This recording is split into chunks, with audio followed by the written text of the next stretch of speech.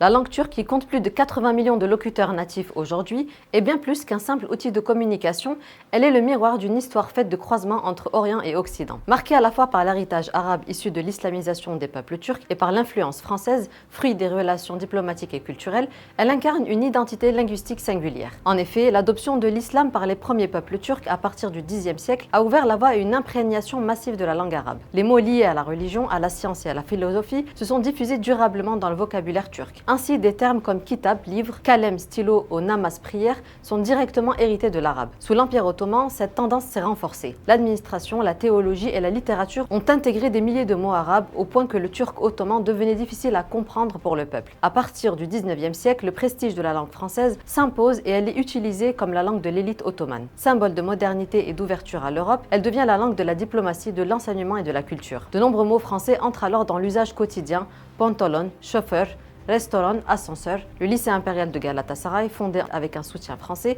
incarne cette francophilie intellectuelle et éducative. Enfin, en 1928, Mustafa Kemal Atatürk lance une réforme radicale. L'alphabet arabe est abandonné au profit d'un alphabet latin adapté au turc. Parallèlement, une politique de réforme linguistique appelée turcisation est engagée pour limiter les emprunts étrangers et privilégier des néologismes turcs. Cependant, malgré ces efforts, de nombreux mots d'origine arabe et française demeurent profondément enracinés dans la langue turque moderne. La langue turque illustre l'histoire d'un pays situé à la croisée de deux mondes qui fait d'elle une langue hybride et singulière. Les mots arabes témoignent de son lien avec l'Orient islamique, tandis que les emprunts français rappellent sa volonté d'ouverture vers l'Occident. Aujourd'hui encore, le turc conserve cette double influence, faisant de lui un pont linguistique entre deux civilisations. Dites-nous en commentaire si vous connaissiez les particularités de la langue turque. En attendant, à bientôt sur Nouvelle Hub.